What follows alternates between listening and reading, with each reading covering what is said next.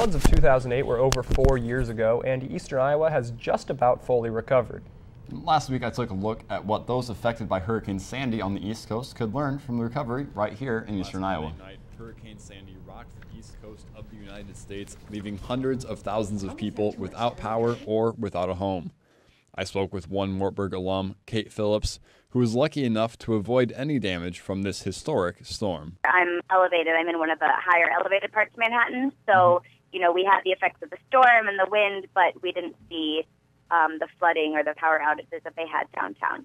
Seeing storm damage and specifically flood damage is something that is all too familiar to the Cedar Valley.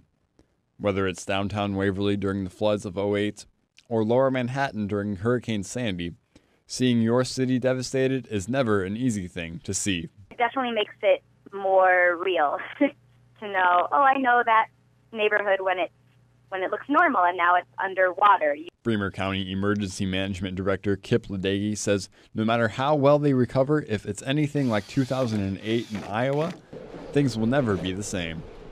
We never recovered 100% to what we were pre-flood, and we never will, because what was normal then is not normal now. That change to a new normal in New York is just starting and will most likely be one of the longest and most expensive recoveries in recent history. Some saying that the cost of this recovery could exceed $50 billion. And there's one key piece of advice that Ledecky says could at least keep the recovery time down.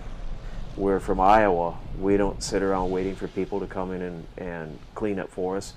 If the folks on the East Coast have a get it cleaned up, let's get back to the new normal mentality, then it probably will be about the same amount of time. No matter how you recover, whether it takes 2 years or 10 years, Phillips hopes the recovery process will be able to start soon. Anything else, and so it does hit home, and hopefully, everyone will be able to get back and running soon, and we're still kind of trying to figure out what the damage is. And to donate to relief efforts by texting Red Cross to 90999 or by visiting redcross.org.